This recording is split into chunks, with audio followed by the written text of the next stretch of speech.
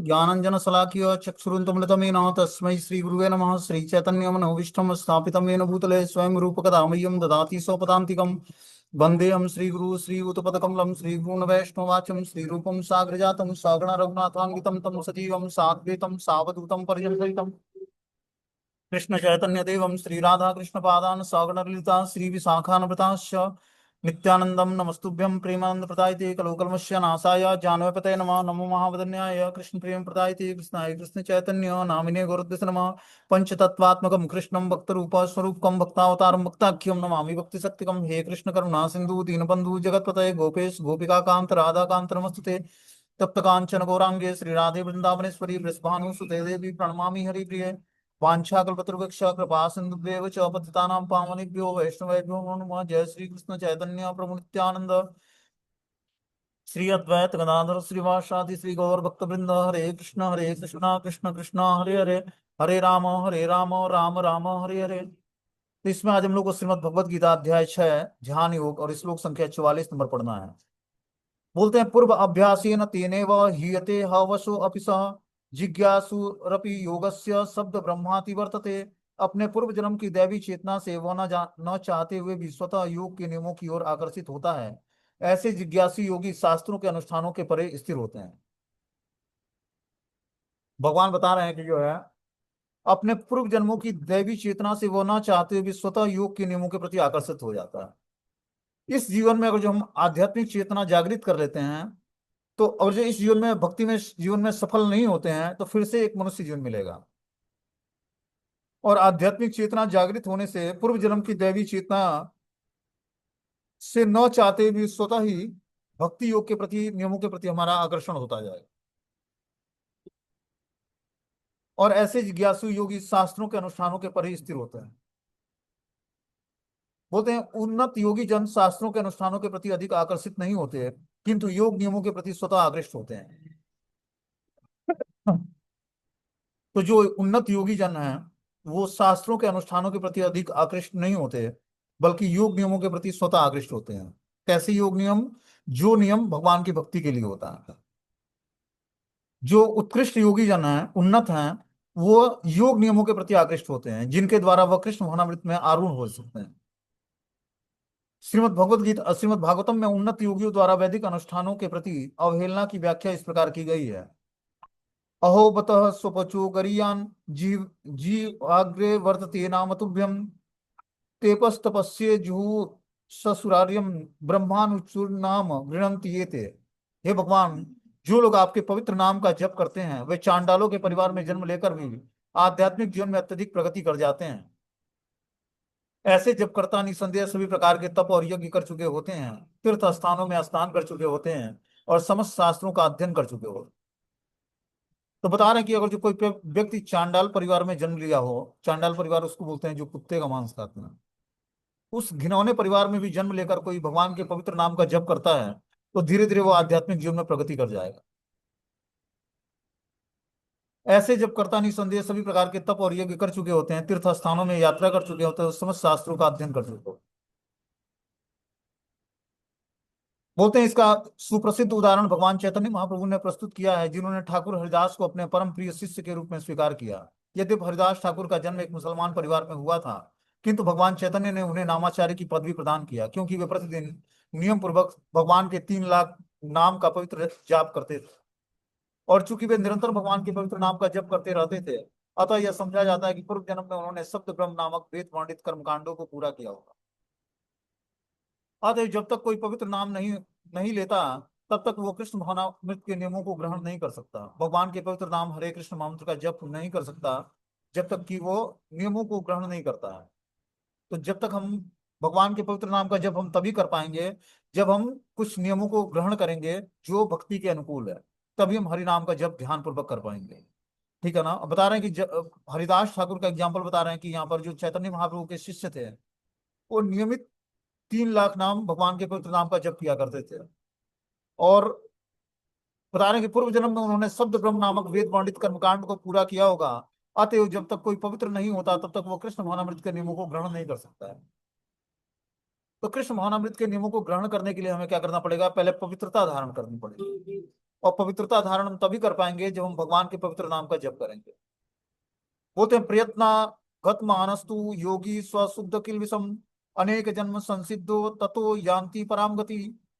और जब योगी समस्त कल्मश से शुद्ध होकर सच्ची निष्ठा से आगे प्रगति करने का प्रयास करता है तो अंततो गत्वा अनेकानेक जन्मों के अभ्यास के पश्चात सिद्धि लाभ करके वह परम गंतव्य को प्राप्त करता है।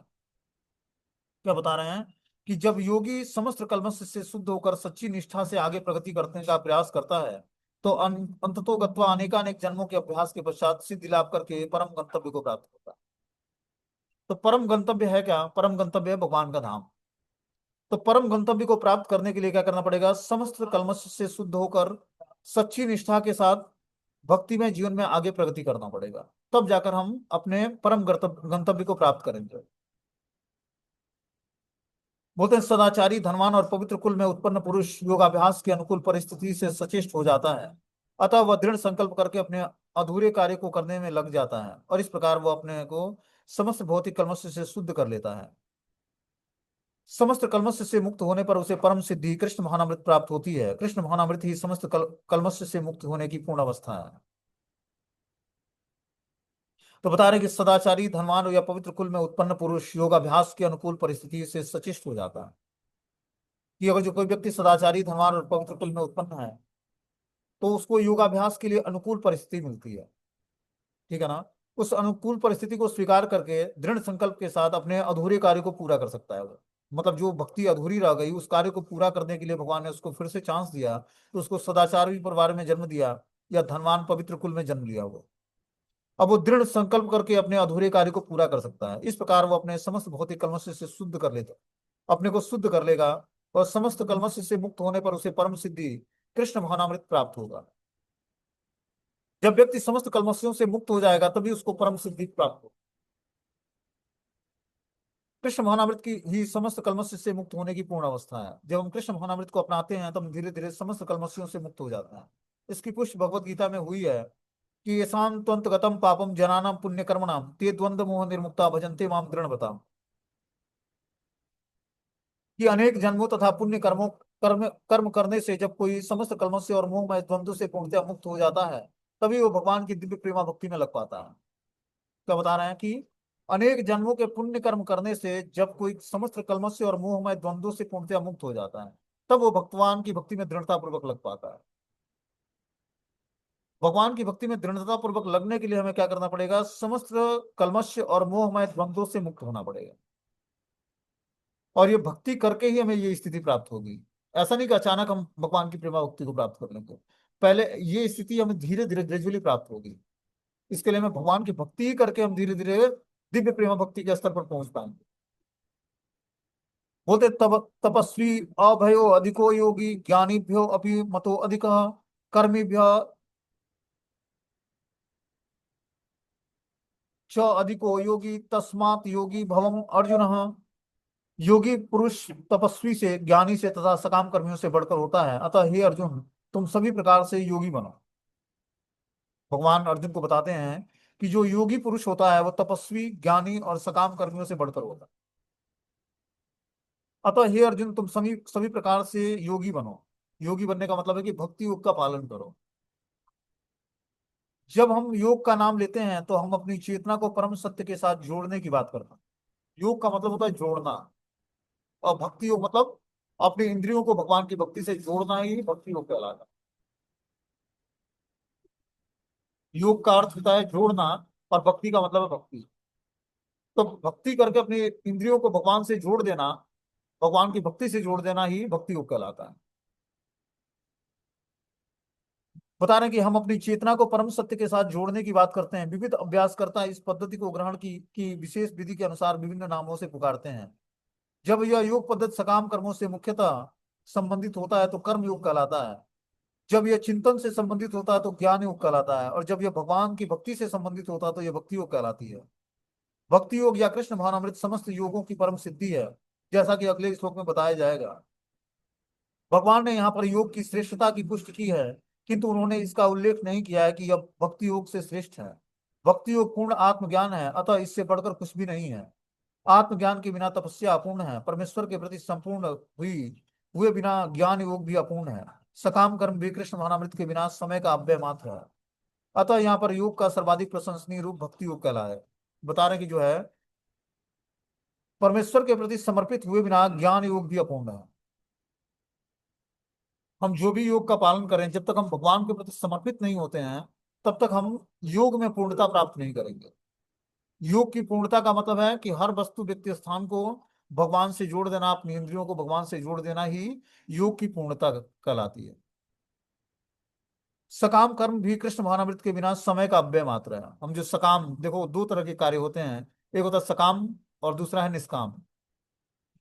तो सकाम कर्म जो होता है अपनी इंद्रियों को तृप्त करने के लिए होता है, और निष्काम कर्म भगवान की इंद्रियों को तृप्त करने के लिए होता है। तो जो कार्य हम निष्काम भाव से भगवान की इंद्रियों को तृप्त करने के लिए करते हैं, वो हमारे बंधनकारी जीवन से हमें मुक्ति प्रदान कर देता है।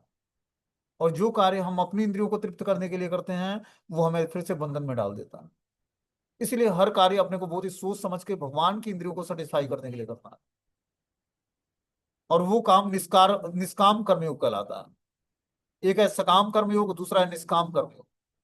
तो शुरुआत में व्यक्ति सकाम कर्म से ही जुड़ता है, लेकिन धीरे धीरे उसमें निष्कामता लानी।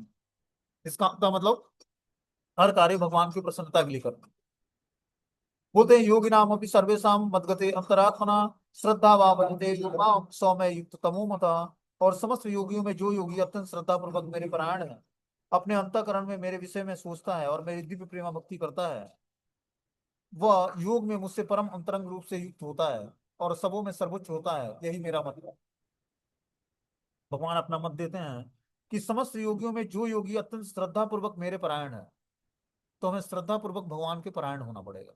परायण मतलब भगवान से जुड़ना पड़ेगा। कैसे?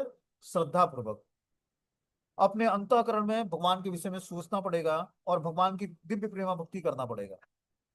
ऐसा व्यक्ति भगवान योग में मुझसे परम अंतरंग रूप से युक्त होता है। तो योग के माध्यम से हमें भगवान से परम अंतरंग रूप से संबंध जागृत करनी पड़ेगी। और यही सबों में सर्वोच्च है। यही भगवान का भी मत है कि जब योगी श्रद्धा पूर्वक भगवान के परायण होता है, अपने अंतःकरण में भगवान के विषय में चिंतन करता है, भगवान की दिव्य प्रेमा भक्ति में लगता है और योग में भगवान से पूर्ण रूपेण अंतरंग रूप से युक्त हो जाता है, तो वही सर्वोच्च सिद्धि पाने के योग्य हो पाता है। तो इस प्रक्रिया को हम कैसे फॉलो करेंगे कि हम श्रद्धा पूर्वक भगवान के परायण हो जाएं, अंतःकरण में भगवान के बारे में सोचें और भगवान की दिव्य प्रेमा भक्ति करने लगें, और योग में पूर्ण रूपेण अपने भगवान के अंतरंग रूप से युक्त हो जाएं, अंतरंग रूप से भगवान से जुड़ जाएं। तो एक होता है बाह्य चेतना और एक होता है अंतरंग चेतना। ठीक है ना? जब हम अंतरंग चेतना में लगेंगे, मतलब अंतरंग चेतना को स्वीकार करेंगे, तो बाह्य चेतना से हम ऊपर उठ जाए। बाहरी चीजों का भान ही नहीं होगा कि संसार में क्या हो रहा है। और ये अंतरंग चेतना जागृत करने के लिए हमें क्या करना पड़ेगा? अपनी चेतना को भगवान में स्थिर करना पड़ेगा। 24 घंटे कंसंट्रेट रहना पड़ेगा भगवान की भक्ति में। जब हम पूर्ण रूपेण भगवान की भक्ति में एब्जॉर्ब रहेंगे 24 घंटे, always remember Krishna never forget Krishna, मतलब हमेशा कृष्ण को याद करें और कृष्ण को कभी ना भूलें। ये जब हम स्थिति प्राप्त कर लेंगे, तब हम धीरे धीरे अंतरंग चेतना में जा पाएंगे। और अंतरंग चेतना को स्वीकार करने के बाद बाह्य चेतना नहीं रहती है। बाह्य चेतना आती है, फिर अंतरंग चेतना में व्यक्ति डूब जाता है। अंतरंग चेतना मतलब पूर्ण रूपेण कृष्ण भावना भावित हो जाना। अब वो आत्म साक्षात्कार की स्थिति है कि पूर्ण रूपेण हमने अपनी चेतना को भगवान में लगा दिया, स्थिर कर दिया। फिर उसको संसार के कुछ वस्तु व्यक्ति स्थान से कुछ लेना देना नहीं होगा, और फिर वो अपने समस्त पाप कर्मों से मुक्त हो जाएगा।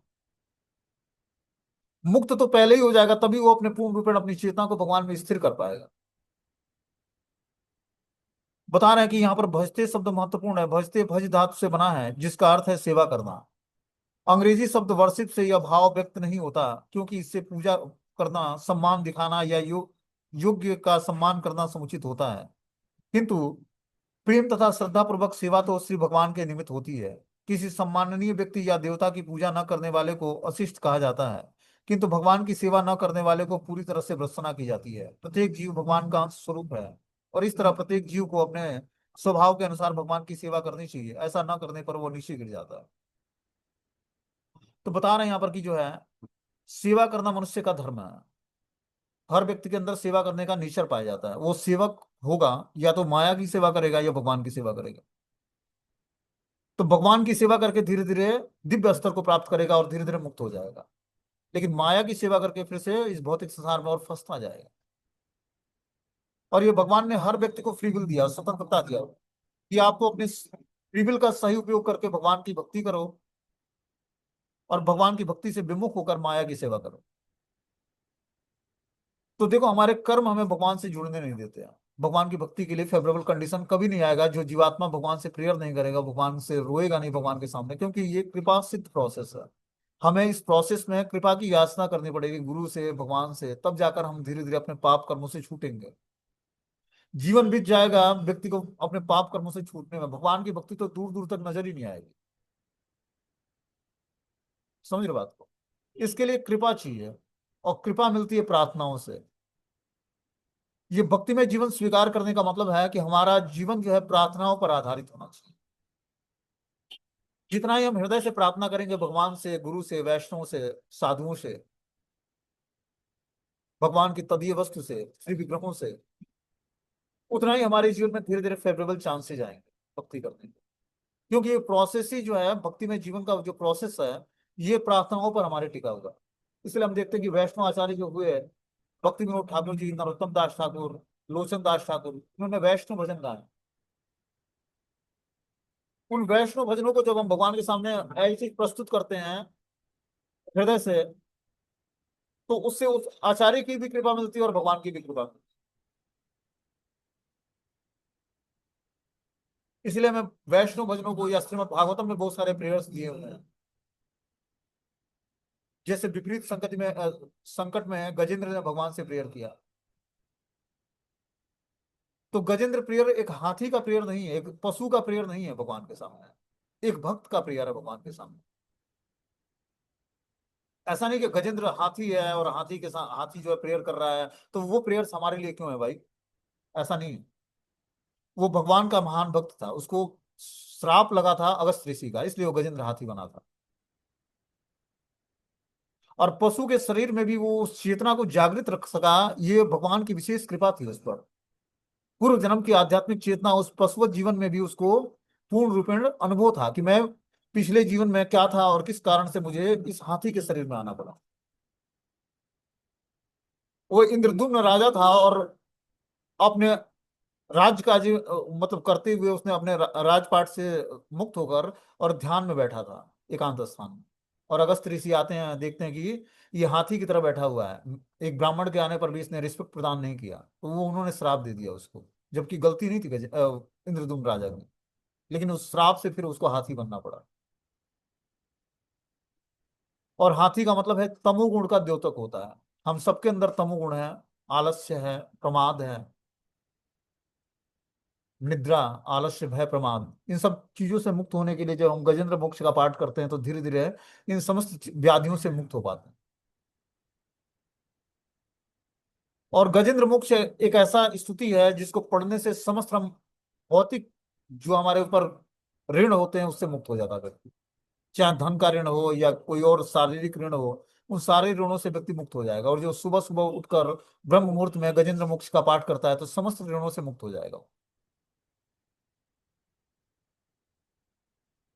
और भगवान की भक्ति प्राप्त होगी उसको।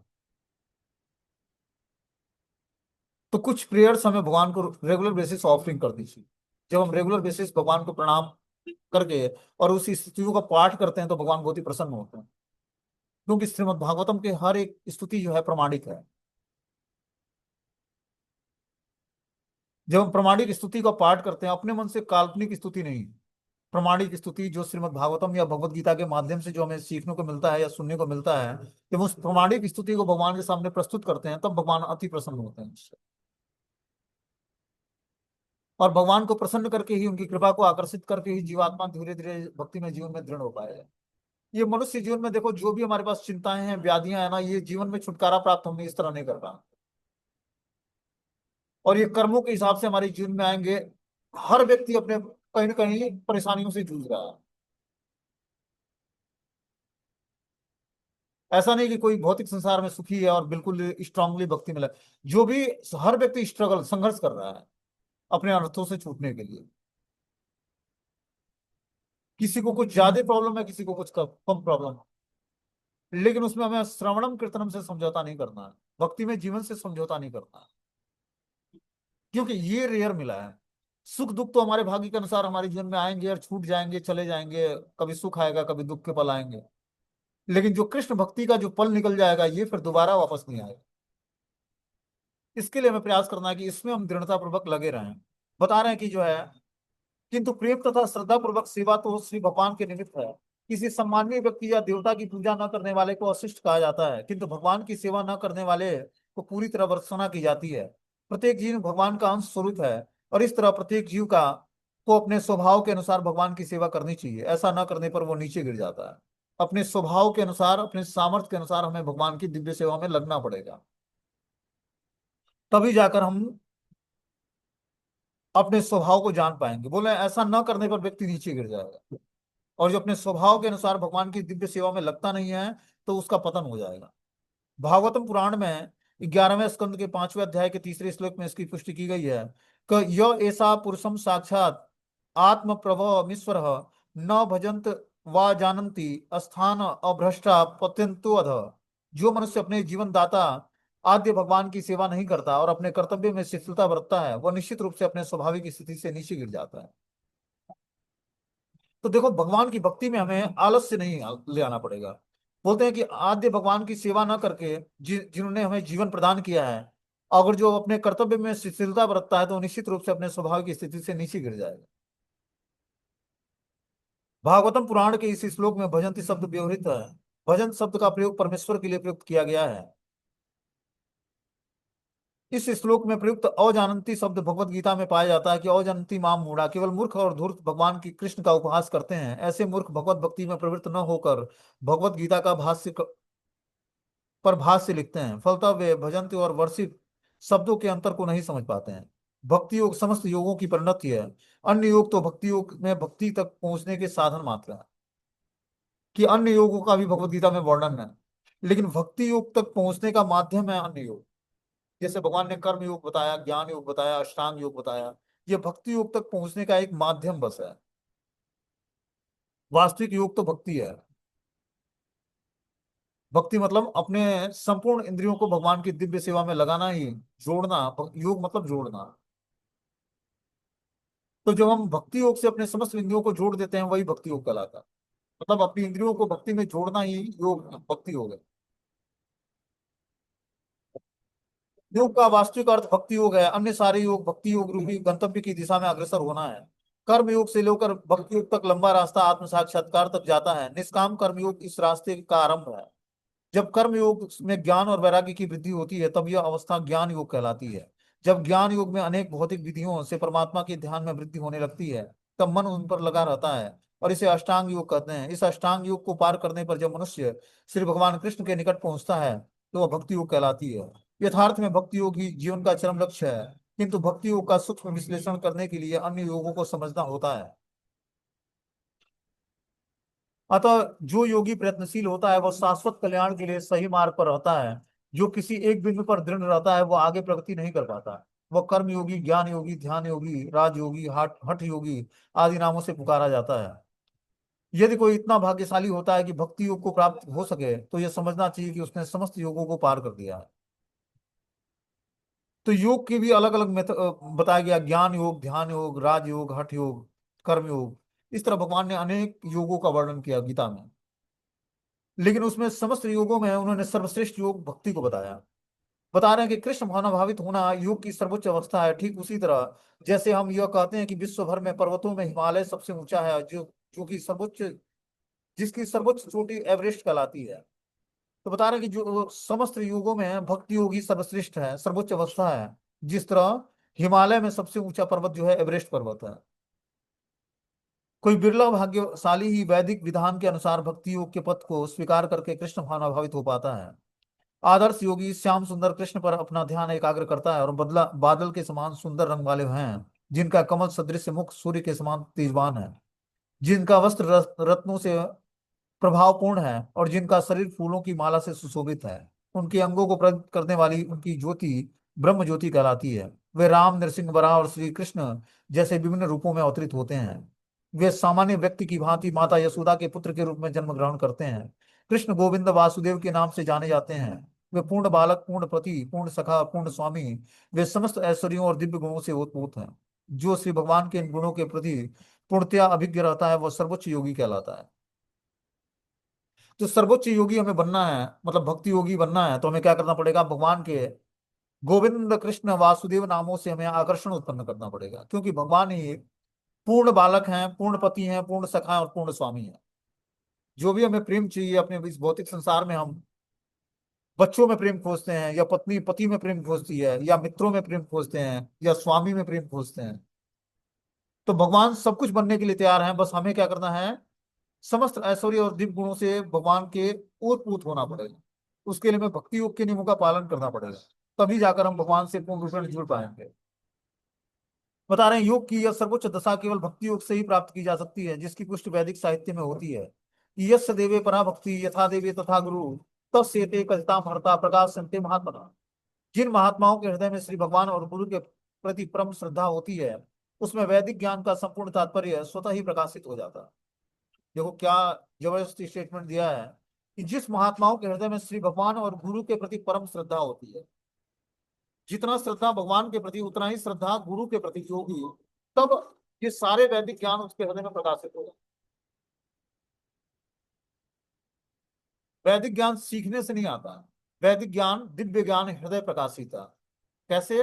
दिव्य ज्ञान हृदय में प्रकाशित हो जाता है गुरु कृपा से। और गुरु कृपा ऐसा नहीं कि बस वो हमारे सामने है तभी हम वो हम पर कृपा करेंगे। गुरु कृपा जो है हमारे श्रद्धा पे डिपेंड करता है कि हमारा फेथ कितना है हमारे अपने गुरु पर, उतनी ही मात्रा में ये दिव्य ज्ञान हमारे हृदय में प्रकाशित हो। और श्रद्धा हमारी कैसे गुरु पर बढ़ेगी, गुरु पर निष्ठा कैसे बढ़ेगी? जब हम गुरु आदेश का एज इट पालन करेंगे, तब गुरु पर हमारी निष्ठा बढ़ती जाएगी। और जितना ही गुरु पर हमारी निष्ठा बढ़ेगी, गुरु तत्व पर, उतना ही भगवान पर हमारी निष्ठा बढ़ती जाएगी। क्योंकि गुरु एक ट्रांसपेरेंट माध्यम है, एक पारदर्शी माध्यम है भक्त और भगवान के बीच में संबंध स्थापित करने का। तो जितने ही श्रद्धा हमारी गुरु पर प्रगाढ़ होती जाएगी, उतने ही हम भगवान के प्रति श्रद्धा हमारा और विकसित होता जाएगा। इसीलिए हमें गुरु के प्रति समर्पित होना है। गुरु के प्रति समर्पित होने के लिए क्या करना पड़ेगा? पहले तो हमें गुरुदेव को प्रणाम करना पड़ेगा। तीनों टाइम हमें सुबह दोपहर शाम अपने गुरु तत्व को प्रणाम करना चाहिए। उनके आदेश का एज इट इज पालन करने का प्रयास करना चाहिए। अब प्रणाम करने का मतलब है कि सुबह दोपहर शाम कैसे करें हम? तो सुबह तो चलो हम फ्री होते हैं, शाम को भी चलो घर में जब जॉब या बिजनेस से घर आते हैं तब भी हम कर सकते हैं, लेकिन दोपहर में भी हमें गुरुदेव का स्मरण करना चाहिए, प्रणाम करना चाहिए। जहां पर हैं वहीं हाथ जोड़कर अपने गुरुदेव का स्मरण करें कि हे गुरुदेव, आपने हम पर बहुत कृपा किया है। आपने हमें आध्यात्मिक रास्ते पर कृष्ण की भक्ति प्रदान की है, कृष्ण के रास्ते पर हमें चलाना सिखाया। या आपने आहितकी की जो कृपा की है, मैं बहुत ही आभारी हूँ। जब सुबह दोपहर शाम हम आभार व्यक्त करेंगे गुरु का, का स्मरण करेंगे, उनसे प्रार्थना करेंगे कि इस आध्यात्मिक जीवन को हमारे हमारे मतलब हमारे जीवन में बनाए रखना, कि मैं आध्यात्मिक जीवन को अच्छे तरीके से समझ सकूं और इस रास्ते पर अच्छे तरीके से चल सकूं, तब उनकी कृपा से हमें धीरे धीरे आध्यात्मिक जीवन में हम और आगे बढ़ते हैं और हमारी चेतना पवित्र होती है, समस्त बंधनकारी जीवन से छूट जाता है। जब तक हम पर गुरु की कृपा नहीं होगी तब तक हम अपने बंधनकारी जीवन से नहीं छूटेंगे। क्योंकि जैसे मान लो कि कोई व्यक्ति कुएं में गिरा हुआ हो, उसको कुएं से बाहर निकलना, तो मुक्त पुरुष का हाथ तो पकड़ना पड़ेगा ना, तभी जो बाहर है वही तो उसको निकालेगा कुएं से बाहर। तो एक गृहस्थ जीवन अंधकूप के समान है। इसमें एक बार व्यक्ति जब गिर जाता है तो उससे बाहर निकलना बहुत मुश्किल स्थिति है। ये ऐसा कुआं है अंधकूप, गृहस्थ जीवन। इस अंधकूप से बाहर निकलना नामुमकिन है। मतलब व्यक्ति अपने पाप कर्मों से के परिणामों से छूटना ही चाहता भी है तो चाह के भी नहीं छूट पाएगा। ऐसी आसक्तियां, ऐसे कर्म बंधन व्यक्ति को जटिलताओं में बांध रखता है कि व्यक्ति न चाहते हुए भी उस कर्मों को भोगने के लिए मजबूर होता है। ऐसे स्थिति में हमें क्या करना पड़ेगा? मात्र एक सहारा क्या है? प्रार्थनाएं। जब हम गुरु से भगवान से प्रार्थनाएं करेंगे तो उनकी कृपा से हम धीरे धीरे जो है इन बंधनकारी जीवन से मुक्त हो पाएंगे और फिर भगवान की भक्ति को जान पाएंगे। इसीलिए प्रार्थनाएं आवश्यक है। जब तक हम प्रार्थना अर्पण नहीं करेंगे अपने गुरुदेव को, भगवान उनके प्रति आभार व्यक्त नहीं करेंगे, उनको उनके प्रति थैंक्सफुल नहीं होंगे कि आपने बहुत कृपा की है, आपको बहुत ही धन्यवाद है हृदय से, तब तक हमारा जो है बंधनकारी जीवन से मुक्त हो पाना अपने प्रयास के बस का नहीं है। अपने प्रयास से हम बंधनकारी जीवन से मुक्त नहीं हो सकते। इसीलिए भगवान ने एक कृपा किया है, एक नया जीवन प्रदान किया है, आध्यात्मिक जीवन। प्रमाणिक गुरु का संग मिला, प्रमाणिक संप्रदाय में दीक्षा मिला, प्रमाणिक धर्म शास्त्र मिले, भगवत गीता भागवतम, प्रमाणिक हरिनाम मिला, जो स्वयं श्री चैतन्य महाप्रभु ने अपने मुखार बिंद से उच्चारण करके और हम बद्ध जीवों के कल्याण के लिए क्या किया है, दिया हुआ है। तो हर चीजों में प्रमाणिकता है, तो क्यों ना हम भी प्रमाणिकता को स्वीकार करके प्रमाणिक बन जाए। प्रमाणिक बनने का मतलब है भगवान का शुद्ध भक्त बन जाना। जीवन में परिस्थितियों में बदलाव तभी आएगा जब हम गुरु आदेश का पालन करें और पूर्ण विश्वास के साथ। जितना ही निष्ठा हमारी गुरु पर होगी, उतना ही निष्ठा हमारे भगवान पर भी जागृत हो जाएगी। गुरु तत्व कोई ये नहीं हमारे गुरु अलग हैं, आपके गुरु अलग हैं जी, वो किसी और गुरु से दीक्षित है, हम किसी और गुरु से। गुरु तत्व एक ही है। स्वयं कृष्ण ही अपना विस्तार करके आदि गुरु के रूप में बलराम जी के रूप में आते हैं, और वही गुरु के स्वरूप में हमारे सामने एक सशरीर धारण करके और प्रकटित विग्रह के रूप में दर्शन देते। देखने पर होगा कि हाँ, वो भी भौतिक जीवन में है, भौतिक शरीर है उनका, लेकिन वो पूर्ण जो है, जिस तरह भगवान सच्चिदानंद फॉर्म में है, उसी तरह गुरु भी जो है एब्सोल्यूट प्लेटफॉर्म पर होता है, सत्यता के प्लेटफॉर्म पर होता है। गुरु और गुरु तत्व को हम साधारण ना समझे कि वो भी हमारे जैसे हाड़ मांस के बने हुए हैं। उनका भी कभी ब्लड प्रेशर लो होता है, कभी हाई होता है, वो भी कभी बीमार पड़ते हैं, कभी स्वस्थ रहते हैं, ऐसा नहीं। जो भगवान के शुद्ध भक्त हैं, वो भगवान जैसे ही कृपालु हैं। हमें उनकी बाह्य स्थिति को देखकर गुरु का अनुमान नहीं लगाना चाहिए, और छोटी बुद्धि से हम अपने गुरु तत्व को समझ भी नहीं सकते। वह भगवान ही विस्तार करके एक हमारे दीक्षा गुरु के रूप में हमारे सामने आते हैं और हमें मंत्र प्रदान करके हमें भगवान से जोड़कर और क्या करते हैं, एक आध्यात्मिक रास्ता दिखाते हैं। इसलिए हम जिस गुरु से भी दीक्षित हैं, उस गुरु के प्रति हमारी निष्ठा जितनी बढ़ती जाएगी, उतना ही हम आध्यात्मिक जीवन में प्रोग्रेस करते जाएंगे। हो सकता है कि हमारे गुरु कैपेबल ना हो, हमारे प्रति उतना उनका लगाव ना हो, या हमने उनसे लगाव अभी डेवलप नहीं किया है, लेकिन हमारी श्रद्धा जितनी प्रगाढ़ होगी, उतना ही भगवान से रिसिप्रोकेशन हमारा शुरू हो जाएगा, गुरु से रिसिप्रोकेशन शुरू हो जाएगा। कितने भक्तों के जीवन में ये होता है कि गुरु से दीक्षा प्राप्त किया, उसके बाद गुरु ने शरीर त्याग किया। चलो हम लोग तो 2 4 10 बार 15 बार जितने बार मिल भी लिए या मिलते भी रहेंगे, लेकिन कितने शिष्यों के जीवन में ऐसा होता है कि गुरु से उनका एक बार ही संपर्क हुआ, दीक्षा प्राप्त हुआ, और उसके बाद गुरुदेव जो है शरीर त्याग करके अपने नित्य लीला में चले गए।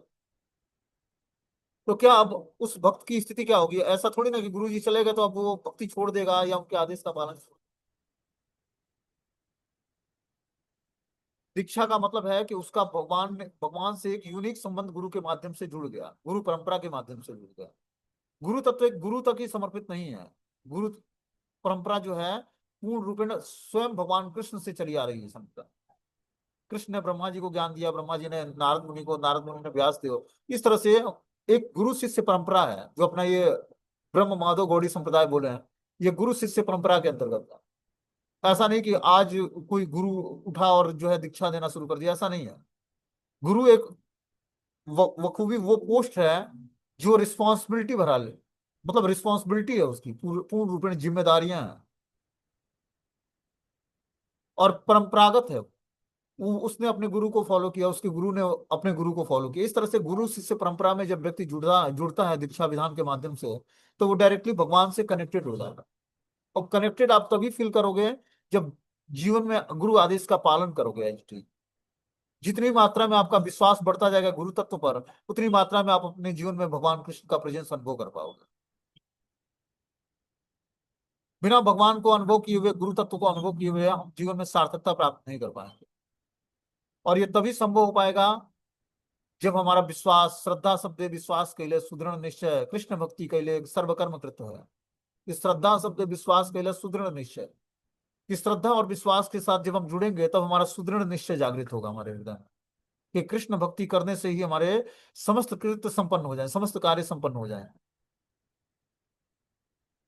परिस्थितियों में बदलाव तभी आएगा हमारे, जब हम हरि नाम का ध्यान पूर्वक जप करेंगे, गीता भागवतम को विधिवत तरीके से समझने का, पढ़ने का प्रयास करेंगे, भगवान के सामने कुछ स्तुति पाठ करेंगे, गुरुदेव को 3 बार दिन भर में प्रणाम करेंगे, उनसे कृपा की याचना करेंगे। अपने प्रयास से हम बद्ध जीवन से नहीं छूट पाएंगे। बहुत कठिन रास्ता है ये। जीवन में सुख दुख, लाभ हानि, यश अपयश, ये सब चीजें आएंगी। अमीरी गरीबी, बुढ़ापा, रोग, ये सब गॉड गिफ्टेड है। भगवान के द्वारा ये सब वरदान मिला है हमें, क्योंकि भौतिक संसार में जीवात्मा आता ही इसी कारण से है। भगवान जैसा भोग करने की जब उसके अंदर नेचर जागृत होता है, टेंडेंसी जागृत होती है, तभी भौतिक संसार में आता है और फंस जाता है यहाँ पर।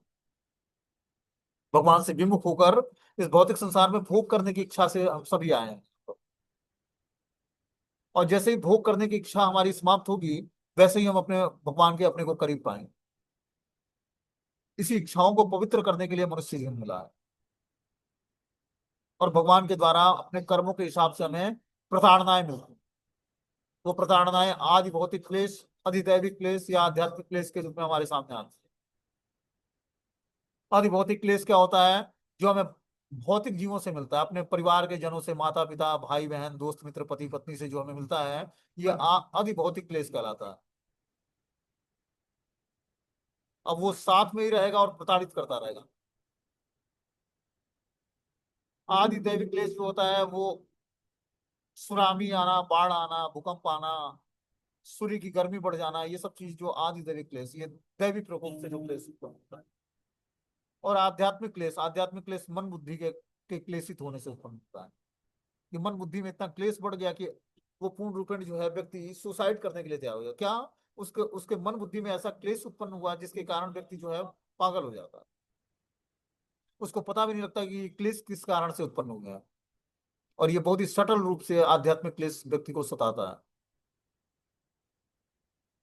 इसीलिए इस क्लेशों से मुक्ति प्राप्त करने के लिए हमें क्या करना पड़ेगा? भगवान की भक्ति में जुड़ना पड़ेगा। तब इस क्लेशों से मुक्ति प्राप्त करके हम भगवान की प्रेममयी सेवा को जान पाएंगे। और जुड़ने का माध्यम एक ही है।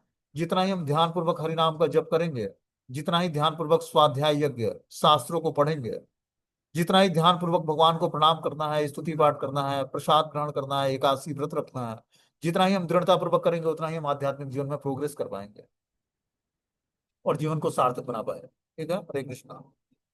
तो बताना चाहूंगा कि कल जो है खटतिला एकादशी है।